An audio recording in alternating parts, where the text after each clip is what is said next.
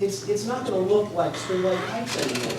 And this is an important issue, and I think you hopefully all know that. And it shouldn't be something entered into lightly. So please consider all the suggestions that everybody made tonight before you pass this ordinance. Thank you. Thank you, John. One more time, Sharon. Can I just, Is it a rebuttal of someone? he said, It's quite simply that I stand. No one's, it's just someone's opinion. We're Okay, not, we're then not I stand taking, by we're what I not, said. I think she should be able to address. we're not gonna have a back and forth between each resident. Sharon, we don't take it personal, believe me, right? When anyone says, we listen to both sides, and we know what happens on things like this. We understand. We understand what goes on, Yes, sir. right? Okay, So don't, we don't think any less of you. We don't think any less of you. We appreciate what you do. Anyone else? Yes. Another bottle, thank you.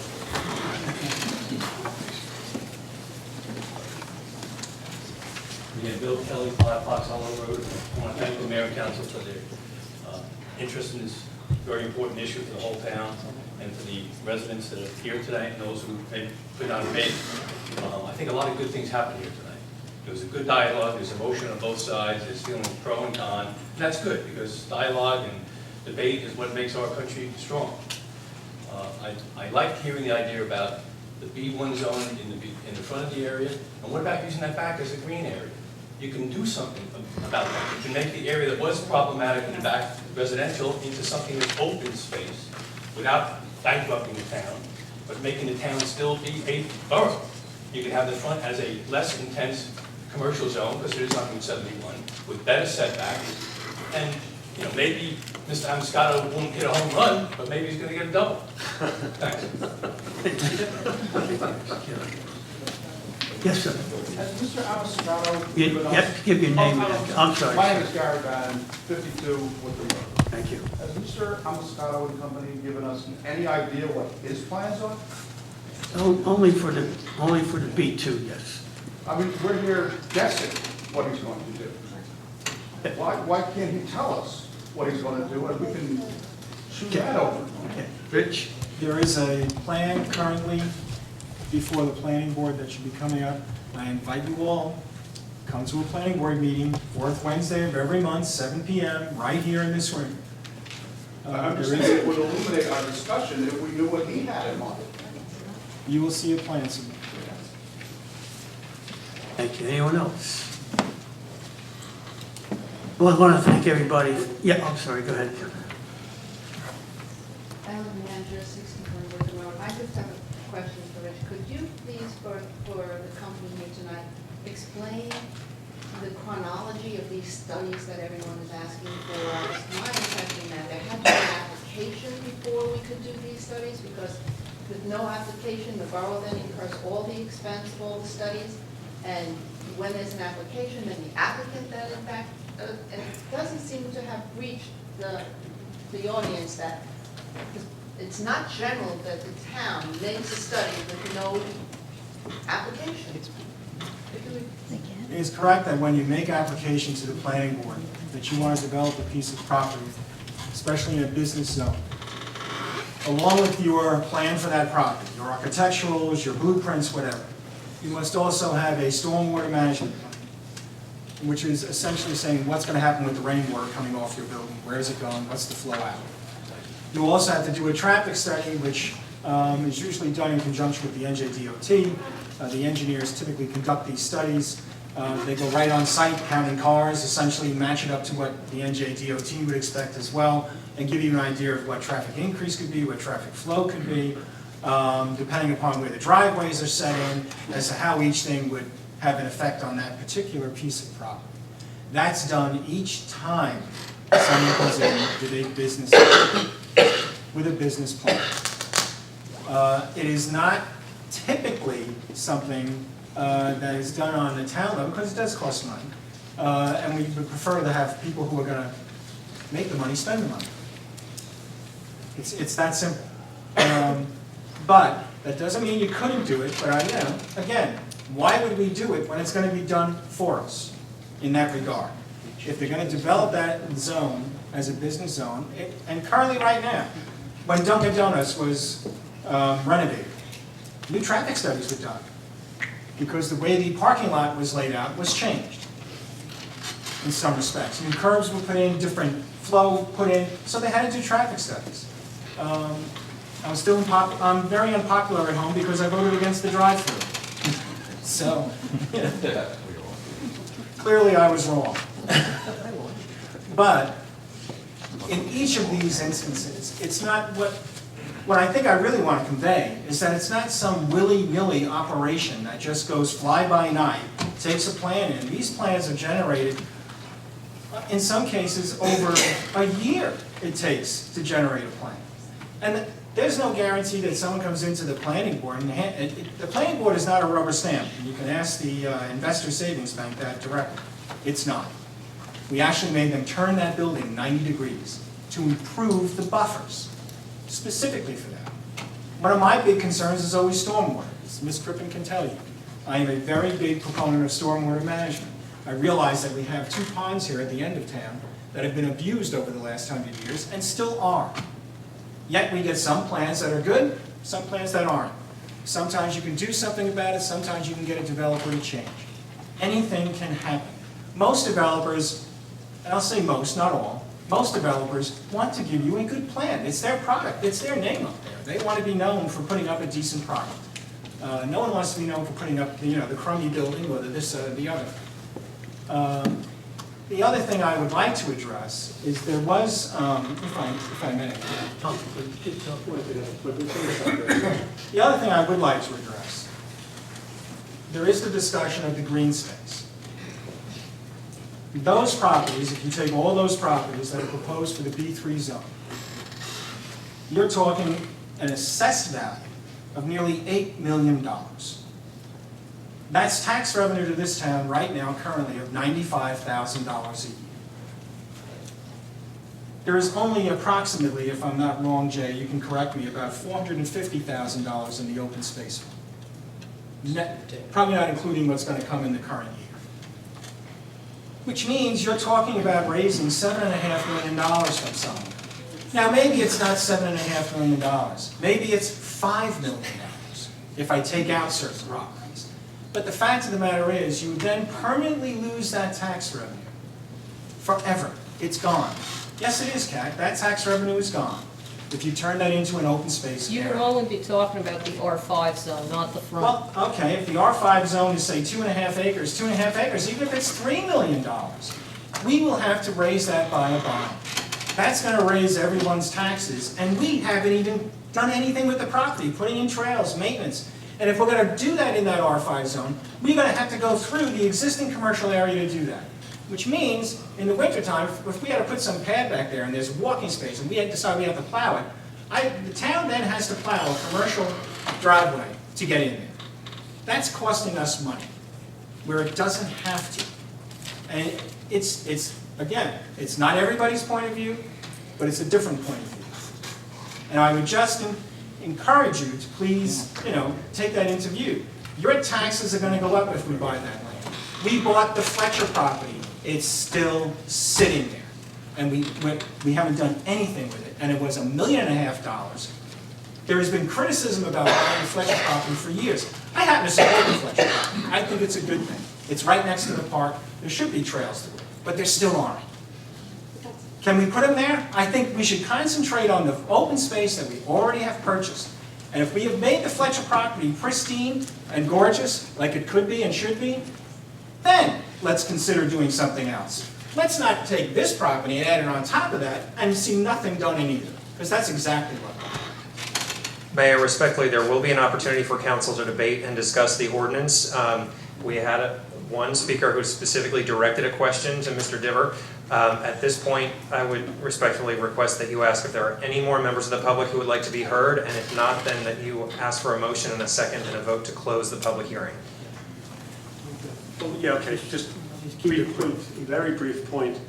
Yeah, ordinarily, we would ask the business owner to do the traffic study, and they should pay for it typically. But we are potentially changing the town's character forever. So without the information of the traffic study, we're, you know, in other words, we're kind of flying blind here. That's what I think. Thank you, Tim. No more.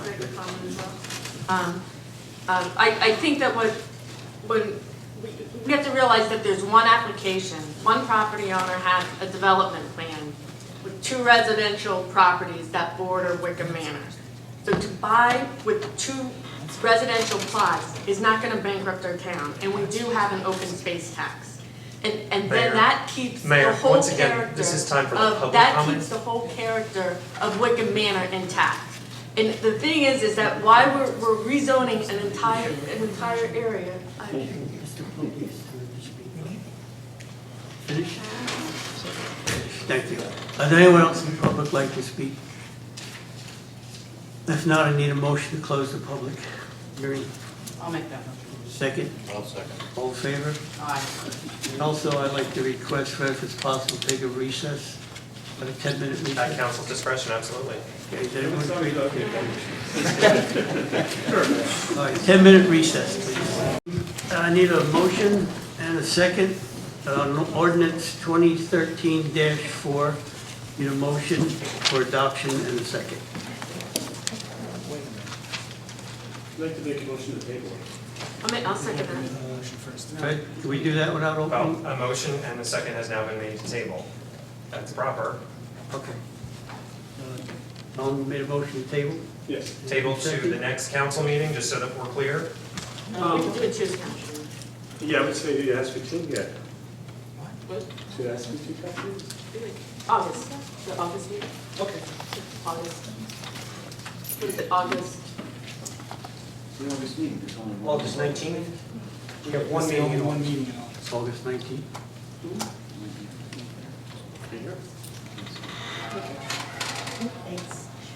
Second? I'll second it. Well, it's already been seconded, I just Oh, seconded. God, I'm sorry. Any questions? Well, just the reason why I want to table is I think we really have, there are a lot of other ideas, the B1 idea, and a lot of other alternatives, and, you know, R1, we haven't Right, there's a lot of, discuss it. thank you, Tom. There's a lot of suggestions, ideas that we've heard tonight that needs further study, yes, further research. Thank you. Any other questions, Rich? The only point I would make, I think one of the biggest issues tonight was a setback issue as well as what the imprint was, what the footprint was on the commercial plan. There's certainly other ideas concerning that we can look at, but I think the setbacks are also very important. These all will have to be worked out. Anyone else? A roll call, Chair? On the motion to table to the August 19th meeting, Mrs. Cynthia? Yes. Mr. Diver? Yes. Mrs. King? Yes. Mr. Schuler? Yes. Mr. Tinkin? Yes. Mr. Horbach? Yes. Thank you. And I want to thank everyone in the audience for everything they said tonight. You kept it civil and I heard very good, information. We are proud of you residents. You do know, like one resident said, a lot of times you learn a lot from down there rather than up here. Thank you very much. I'm back August 19th. And come to the planning board, the end of July, last Wednesday, 7 p.m.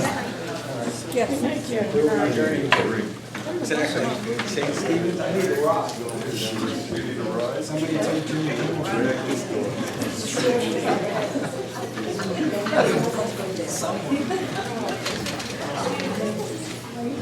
Next, They did the right thing.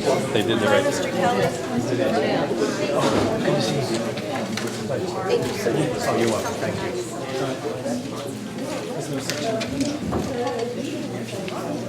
Jay, on the CDBG program, you have something on that? Or we- Yes, I do, Mayor. As the council will recall, at our last meeting, we announced that we would be holding a public participation session to solicit ideas for submission of our CDBG application in the current year. That meeting was held last Monday at 2 o'clock here in this room.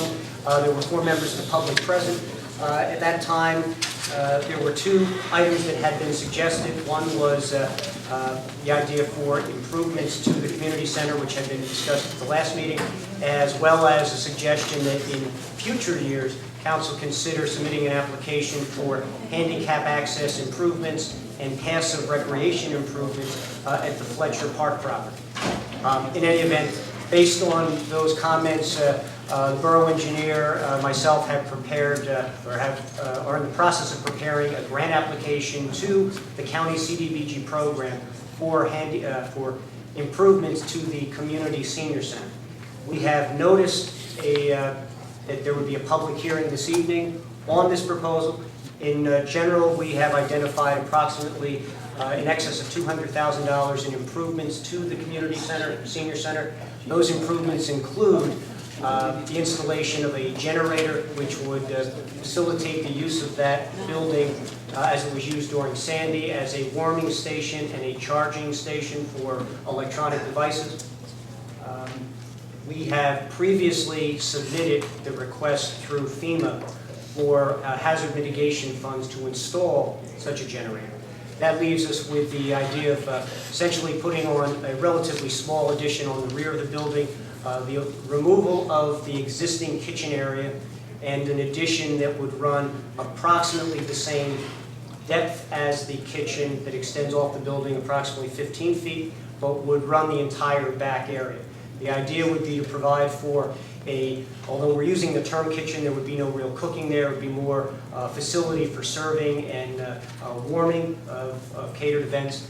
The area would also include the addition of a small meeting area, almost a 12 by 12 space, as well as an area about twice that size for medium-sized meeting. The idea is that this would not necessarily increase the capacity of the building, but would rather improve the flexibility of its use. So that currently, as I think you're all aware, there's essentially one large room that necessitates setting up and tearing down each time the building is used.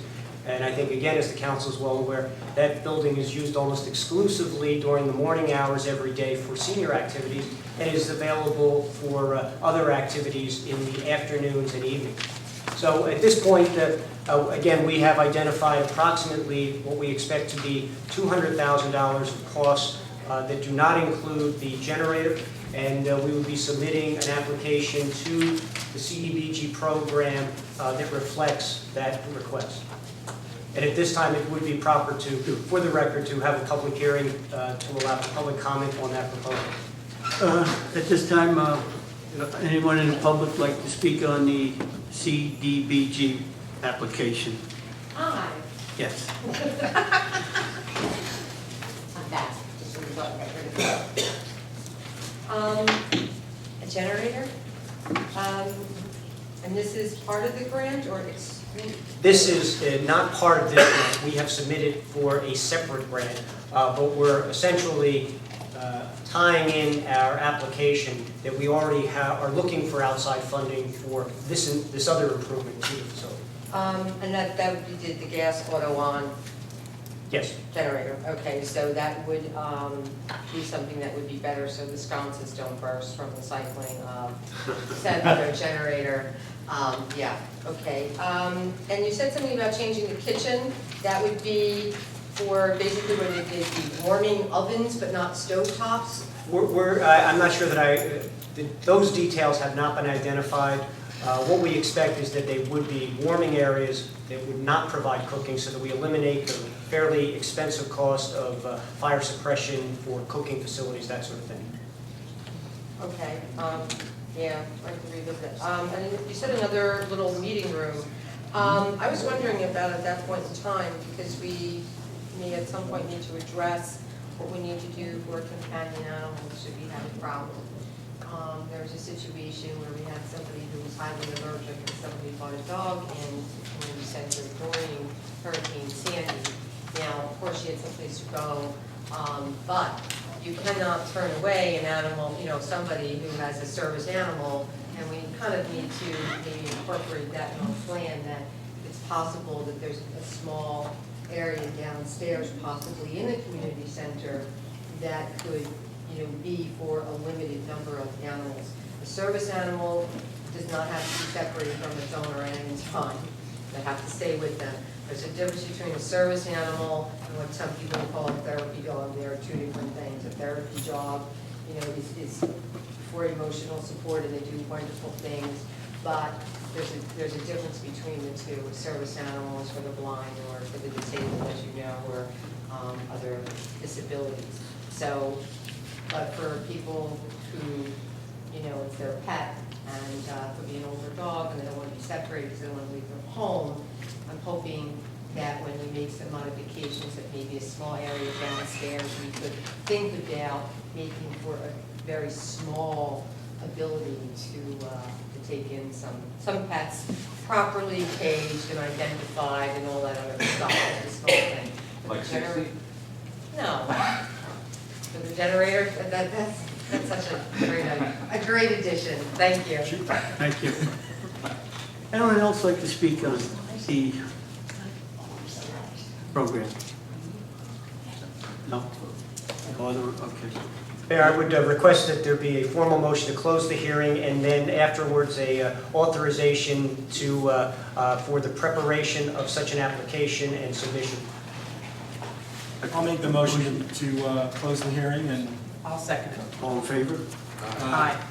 Need a motion to approve the I'll make application? that motion. Second? I'll second it. Questions? Roll call, Jim. Mrs. Cynthia? Yes. Mr. Diver? Yes. Mrs. King? Yes. Mr. Schuler? Yes. Mr. Tenkin? Yes. Mr. Borbach? Yes.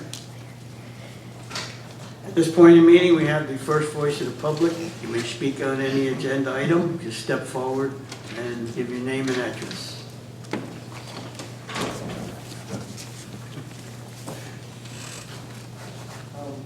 John Tangent, 564 Atlantic Avenue. I'm very happy to see that you tabled this for a later date, August the 19th.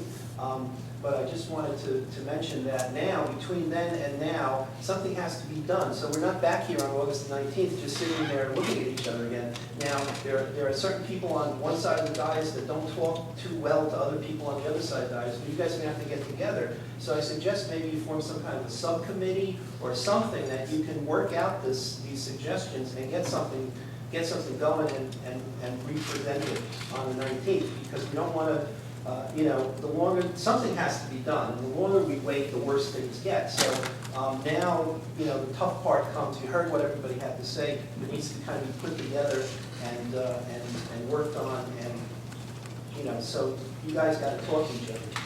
Okay? Thank you. Talking to you. Okay. Anyone else like to speak? Seeing no hands, I need a motion to close. First voice of the public. I'll make that motion. Second? All in favor? Aye. Any council reports? We'll start with Mr. Timpkins, if he has any reports. Rec program enrollment is over 180 students for the summer program, children for the summer program, which is larger than it's been in the past, which is good. We filled most of our specialty programs that we offered this year, and we'll continue to move forward in that vein. Thank you, Chris. You're doing a good job on that. Mr. Warbeck. Nothing to report, Mayor. Cindy. King. Nothing. Rich? No. Reports and notices, we have some letters, and, Jane, any, yes? I have to read it. But you gotta leave. Did anyone see that?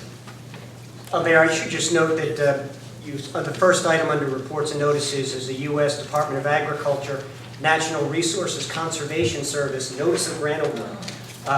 In the aftermath of Sandy, we had submitted an application. I see Joe May has stepped out.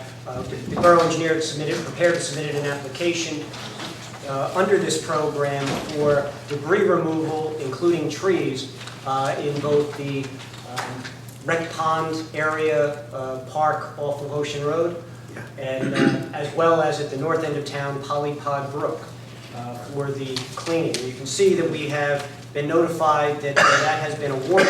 The kicker is that there is a local match required, or I think to correctly identify it, it's a non-federal match.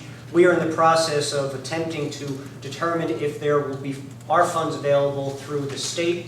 Perhaps we're looking at the funding under Rec Pond, but it does have to be non-federal money. In the absence of that we would, unless the borough is prepared to match, to provide that, I believe it's $50,000. 16.5? $55,000. 55, okay. In non-federal funds. We have been awarded $181,000.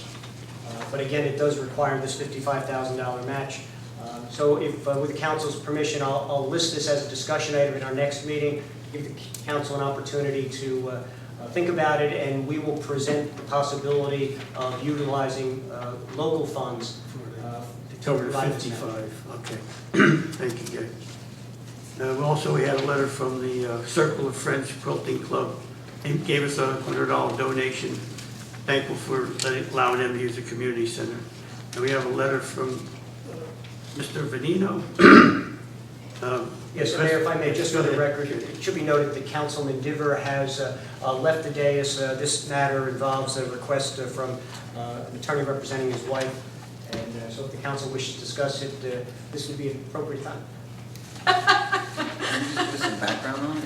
I would actually defer to Mr. Raffetto. Bite my tongue. What I can tell you is that typically the municipality sells at tax sale liens for unpaid property taxes. That happened in this case. No one purchased the lien, so it was essentially acquired by the municipality. So the borough owns this lien for unpaid taxes, and Mr. Venino, on the behalf of his client, is requesting the opportunity to purchase that lien from the borough. That's exactly correct.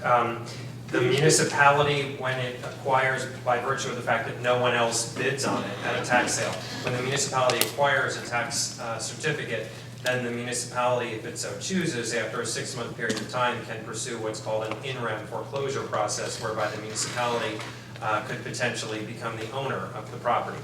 The law doesn't like alienating a private property owner from their property, so the law allows the private property owner to redeem up through the time of final judgment, and even for a certain period of time after when a final judgment is entered. But in this situation, there is a state statute that authorizes the municipality, if it so chooses, to assign a tax sale certificate to a private party, if that private party has requested the ability to basically buy the certificate from you. And then that private party could, if they so choose, pursue the foreclosure process at some point down the line. It's a longer period of time that a private party must wait before they start a foreclosure suit than a municipality. But in order to acquire the certificate, they have to pay the municipality the amount of the outstanding lien, along with all interest and costs associated with it, and it does require a resolution be passed by the governing body. So you wouldn't be passing a resolution tonight. The question would be, do you have any interest in considering this? And that would mean that Jay and myself would put together a resolution for your consideration that would have all the facts and figures at a subsequent meeting. Where did the lien come from? The person didn't pay either their taxes or their water and sewer bill. Whoever the owner of this property is, it's block 63.01, lot 26.09. Yes. And that's an ordinary course of business. When someone doesn't pay, If I may, the reverse side of the letter includes a copy of the certificate of sale. And approximately 3 inches down from the top, it's listed, the property is in the name of Lioness Jasmine Patch LLC. The property identification is block 63.01, lot 26.09, and it's identified as 8 Nadine Drive. As I understand it, it's adjacent to the property owned by Mr. and Mrs. Ditter. But he owns that property. He purchased the property next to him. Well, this is, Right? He purchased the property next to him. this is a different property. But he also owns this one or no? No. This property is owned by Lioness Jasmine Patch LLC. So why would he have to pay the tax? Well, he doesn't have to, but he is, as long as the property owner stops paying the taxes, there is interest accruing. But until such time as the municipality, as Mr. Raffetto indicated, we could initiate the process of foreclosure to perfect this lien, right? Actually to clear the lien and acquire the property. So the property owner has the opportunity to redeem and reimburse back taxes at any time. But then this basically gives the person who lives at this address? It's a vacant lot, right? Oh, And I have been told that it's unbuildable because apparently it is subject to some restriction. but the attorney is asking that they, on behalf of Laura Mrs. Dibber, yes. They're asking to buy the lien that the town has against 8 Nadine. Correct. They want to purchase it, so they, the person who owns that lot now would owe the money. In other words, Mrs. Dibber then would take it over. take over that property. The property owner can always make redemption and basically pay off the outstanding amount, and then they pay it to the municipality, and the municipality then pays it to the outside lien holder, which in this case would be the Dibbers if you authorize the assignment of the But certificate. it's for $4,000, almost $500, $4,500. And that gives them the right to Put take interest. the property over through interest? What? Well, the municipality, the in-rem tax foreclosure law is that after a period of 6 months, the town itself, we could institute an in-rem foreclosure action based on this certificate to acquire the property. And Why would somebody do this? We've never had to do that before.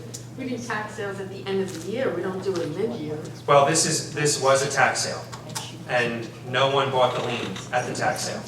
So the municipality acquired the certificate itself. And then we're gonna vote on whether a fellow councilman is going to. Is there a pro and con for the Too municipality to incestuous this? for me. What's the con of not passing this? What's the benefit to the municipality of The passing municipality this? potentially could acquire this property. If we pass it? No, if you don't agree to what's been requested by Mr. Benino, Right. then after a 6-month period of time, the borough can institute what's called an in-rem foreclosure action to acquire title to the property, and then the municipality can either auction the property off or utilize it for public purposes. Okay, now what happens if we pass this? Then the money that is due and owed to the municipality, plus all interest and fees, comes into the municipality's coffers. Because right now, there's amounts that are outstanding and it just keeps getting bigger and bigger and bigger, and it's a sum that's due and owed to the borough that we either have to foreclose on, or this outside party is requesting the ability to pay you everything right now that's due and owed and continue paying the taxes that are due and owed on this property until such time as they have the ability to move forward with their own foreclosure action that they would have to institute of private parties. Why would we as a town? So we would- If we're gonna foreclose on it, No, why it's would a- we it's a- do it's an that? empty lot. It's a vacant lot. So- That's within your discretion. If you want to pursue this yourselves and acquire the lot for the borough, that's How totally. much would an empty lot be worth? How about, roughly? We'd have to review that with an appraiser on behalf of the borough, the tax Couple assessor. $100,000? Frankly, it is my understanding that the lot has been deemed unbuildable. It's essentially part of the buffer at the apartment complex that is there. I don't know whether there's actually water flowing through it, but there are wetlands in that area. And it has been identified to me through the tax office as an unbuildable lot. And once the municipality acquires the property, presuming that you go through this process, if you make a determination that you have no use for it, for open space or recreation or whatever other public purposes that you might see fit to put there, then you could sell the property at open public auction.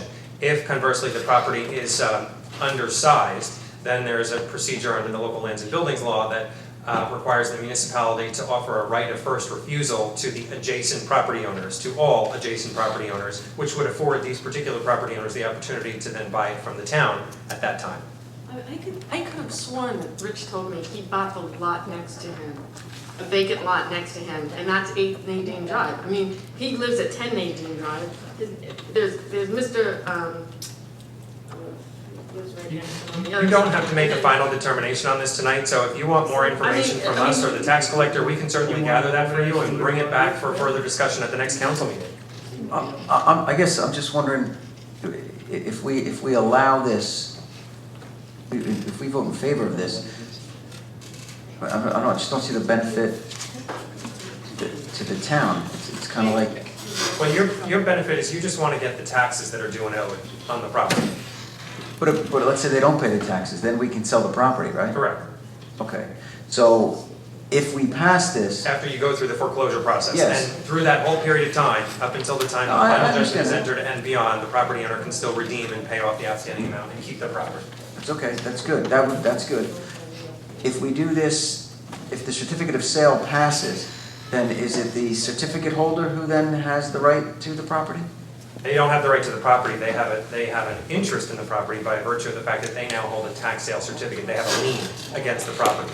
The property owner still has the right to pay off the outstanding And amount. if the property owner does not pay off the outstanding amount? Then the outside party that has the tax certificate could pursue its own foreclosure proceeding, a private matter, for the Chancery Division of Superior Court and potentially obtain title to the property through their own So foreclosure that would proceeding. cut out the municipality from it? Correct. Okay, so the way I see it, in the best interest of the municipality, this is just only my opinion alone, is not to pass this, because ultimately we could retain the property. But you can't do anything with it. Well, I'd sell it and give it back, and we'd have tax money, right? Yes, the property could be offered for sale, presuming it's undersized. From what I'm hearing, it's unbuildable. I don't know if that means it's undersized too, but if it's undersized, then you have to put it up to the adjacent I'm looking at property. it right now on Google Maps, it's, If it's greater than the size that's required for development in that particular zone, then it goes up for open public auction. The property is deed restricted, that's why you can't build on it. And it was deed restricted when they built.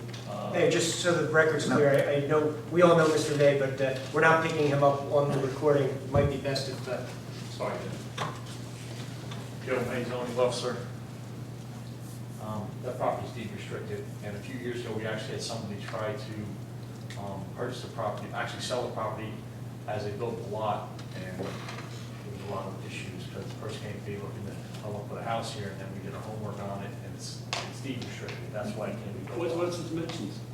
It's a buildable lot, lot-wise. It is a buildable yeah, lot. it looks like it on the But map. it's deed restricted, so there's no build, it's basically serves as a buffer lot for the. Is it like a covenant on it, or just explain to me what a deed restriction? It restricts what's allowed to be done on that property. Yeah, there must be something in the deed that specifically says what can or can't be done on that property, and we'd have to take a look at the deed to see what the specifics of the deed restriction are. So if in fact we did acquire the property through the foreclosure process and we put it up for open public sale, it would have the deed, it would be subject to the deed restriction, which would affect its market value. But So you just know keep that. about the deed restriction, right? Yes, we do. So what does the deed restriction say? I believe it's, you're not allowed to build any dwelling on the property. Because It was intended to be restricted. When they approved the Royal Court subdivision, I assume that's when it would be restricted. I can't be sure, but to ensure that there was no house right up against the parking lot, because the parking lot is right there. They bought this lot and deed restricted. Mayor, would you consider inviting Ms. Crippen to come up? Apparently she has got the deed restriction in front of her. Yes. I do. I'm sorry, I happen to have my laptop with me tonight. For the record, Kathleen Crippen, 564 Atlantic Avenue. I do have the tax record online, and it does state that it was supposed to remain as a buffer area for the apartment complex. It is currently assessed at $300,000, and the annual taxes are $3,707. So I don't know how many years they're in arrears, but.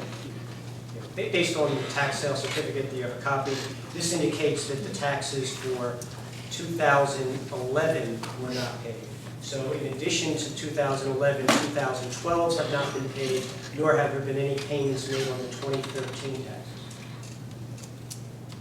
Can a deed restricted ever be lifted? Yes, it would have to be lifted by whoever imposed the deed restriction, or their heirs. So there's a process that can be undertaken to find whoever imposed the deed restriction when the property was originally conveyed to whoever owns it right now. Depends on how far back the deed restriction goes.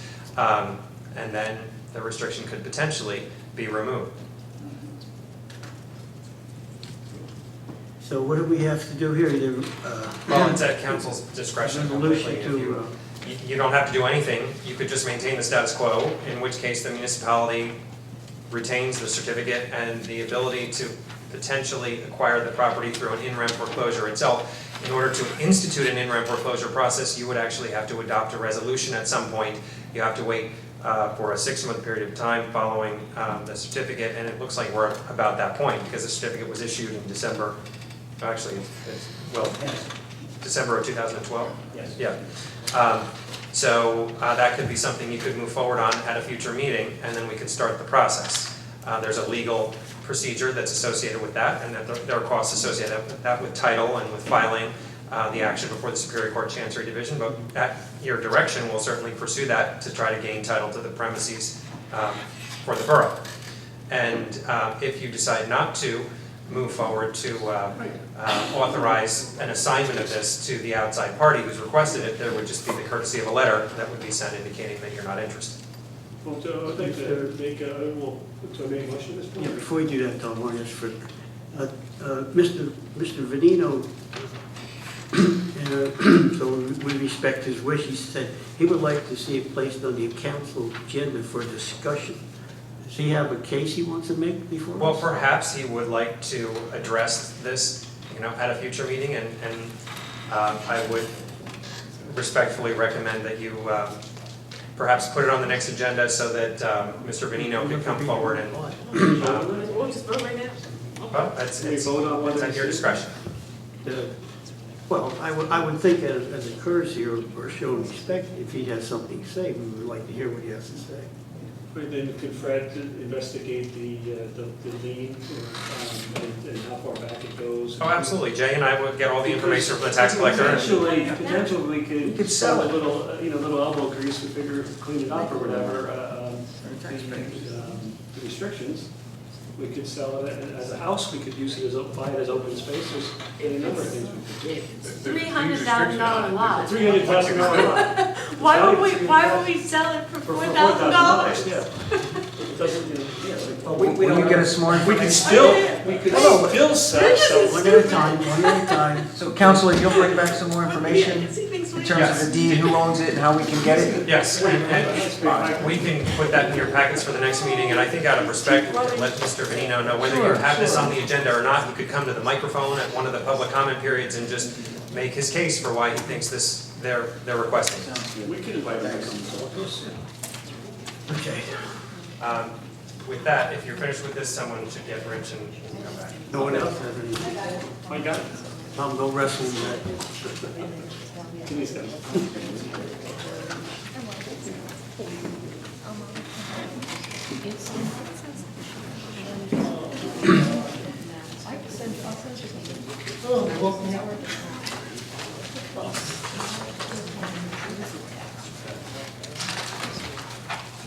Okay, where are we?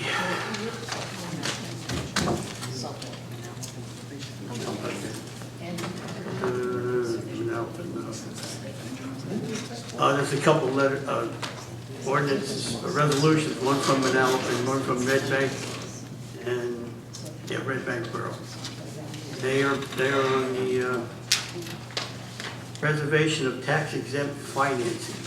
I don't think that has much to do with us, does it, Jay?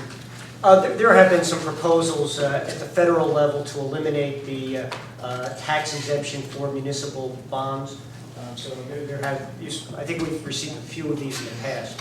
I don't know how active that proposal is, but we all know that Washington has been looking for ways to fill their budget gap, and this has been one of the items that has been discussed. Well, if it's the council's wish, as with this resolution that we received from Manalapan, we could adopt a similar resolution and contact our congressional representative to. Because we don't want to pay taxes on municipal bonds.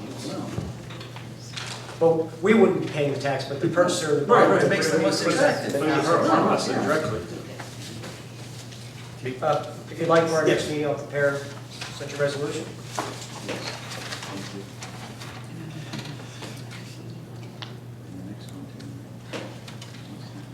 And the other resolution was on maintenance of beaches bordering the Atlantic Ocean. But we don't border the Atlantic Ocean. Okay. And Red Bank has a resolution on the federal government to reimburse, is that the one? Yeah, for raising. Yes, to reimburse the residents the full amount to raise their house. they say 30,000 is not going to do it. We have residents in town that have been raised. We do, there are a number, I believe that, looking to maybe, the number of properties that we identified for eligible for raising of the houses under the FEMA program. Approximately a dozen. So we're looking for raising them, elevating them, as opposed, just to be clear to everybody, not ripping them down. Yeah, I think we should support that. I think we should. Okay. No, I like to talk in plain English. Yeah. We hope the federal government will reimburse them, but I sort of doubt it. It's worth a try though, right?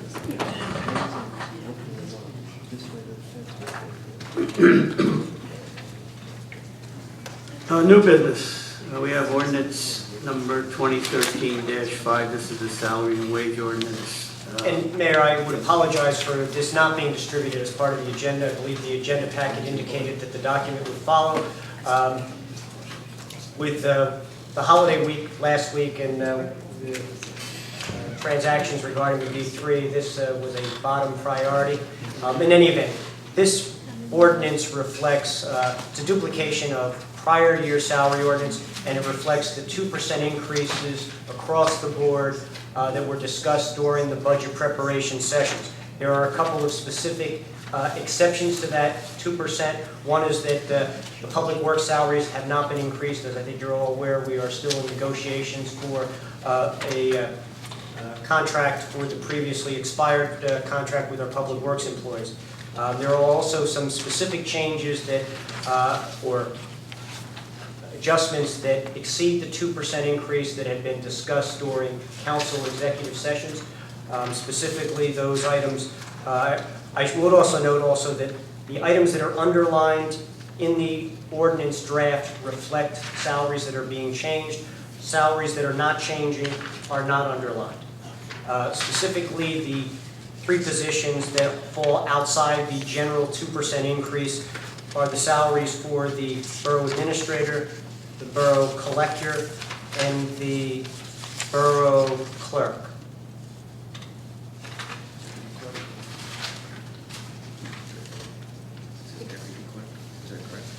The borough clerk is actually on page 3. I have also, this ordinance as drafted does provide for the same 2% increase for the mayor and council members. Again, with the exception of the retroactivity for the borough collector, all of these are retroactive to January 1 of this year. The adoption of this ordinance provides for, or assuming the adoption of this ordinance after introduction, this ordinance provides the minimum and maximum ranges for all the positions, as was our practice last year. Following the adoption of such an ordinance, there would be a specific resolution for each position and person under the borough's employed, that the resolution would set the exact annual salary within these ranges. Thank you, J.D. We have a motion and a second for this salary and wage ordinance. Mayor, can I make a motion that we just table this one more meeting so we have time to look it over? Second. Okay, thank you. Another question on that? Roll call. Mrs. India? To table, yes. Mr. Diver? Yes. Mrs. King? Yes. Mr. Schuler? Yes. Mr. Tinkin? Yes. Mr. Vorbach? Yes. Thank you. New business. We have Resolution R 2013-88, authorizing refunds and overpayments. Need a motion and a second. I'll make that motion. I'll second it. Any questions? Roll call, check. Mrs. Cynthia? Yes. Mr. Diver? Yes. Mrs. King? Yes. Mr. Schuler? Yes. Mr. Tinkin? Yes. Mr. Vorbach? Yes. Thank you. Resolution R 2013-89, approve the consent agenda. Need a motion and a second. I'll make a motion. I'll second. Any questions on the consent? Roll call, Jay. Mrs. Cynthia? Yes. Mr. Diver? Yes. Mrs. King? Yes. Mr. Schuler? Yes. Mr. Tinkin? Yes. Mr. Vorbach? Yes.